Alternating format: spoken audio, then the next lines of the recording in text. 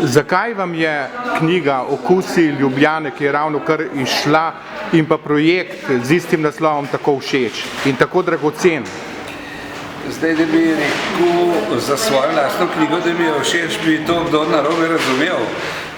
Mislim, da je treba reči, zakaj je ta knjiga pomembna. Ta knjiga je pomembna predvsem za Ljubljano, za njene prebivalce, da se bodo zavedali, da so dediči ene bogate prehranske dediščine.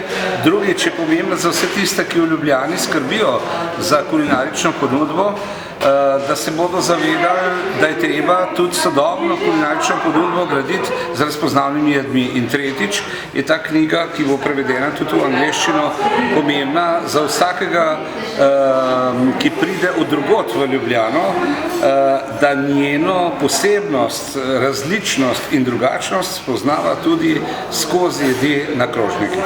In kaj je značilno za okuse Ljubljane?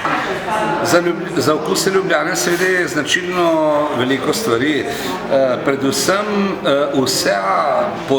celotna podoba teh okusov temelji na izrazitem geografskem položaju, ki ga ima Ljubljana skozi stoletja zgodovinskega razvoja, se pravi, je stičišče različnih vplivov, tako iz Mediterana, kot recimo iz Srednje Evrope, ki so se seveda tukaj skozi ta zgodovinski razvoj ustrezno, ko bi temu rekel, pregnetli in so prebivalci mesta ustvarjali neke specifične jedi, značilne za posamezna zgodovinska obdobja. So se Ljubljančani zdravo prehranjevali? Ljubljančani so se predvsem zelo nezdravo prehranjevali glede na količine, ne pa toliko glede na kakovost jedi.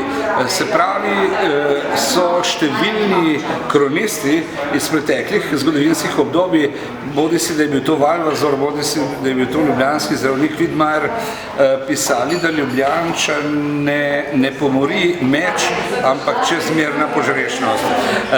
In tudi ljubljanski mestni svet je moral v 16. stoletju sprejeti odlok, po katerem se je smelo samo določeno število jedi postreči na kakšnih velikih prireditvah, na gostijah in tako naprej.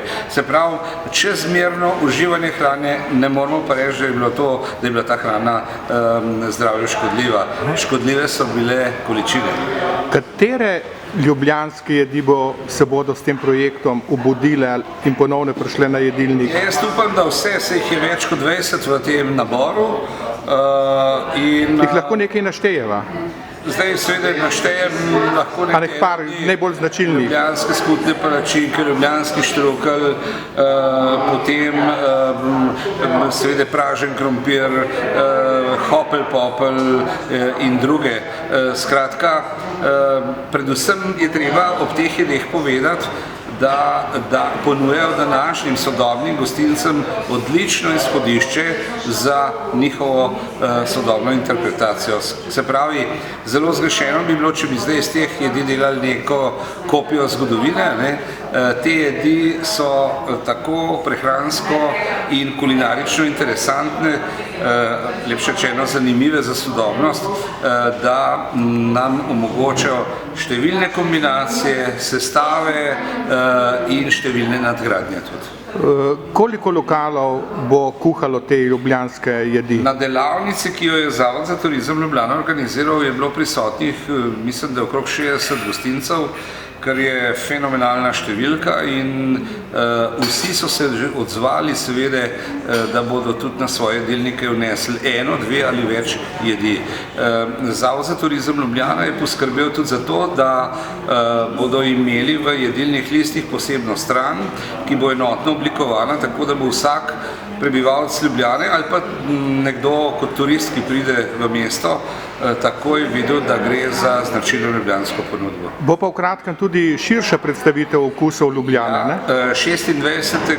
junija ob 6. uri popoldne bo v Stari Ljubljani velika predstavitev okusov Ljubljane s programom, z jedmi in tako naprej. Hvala lepa. Hvala tudi vam.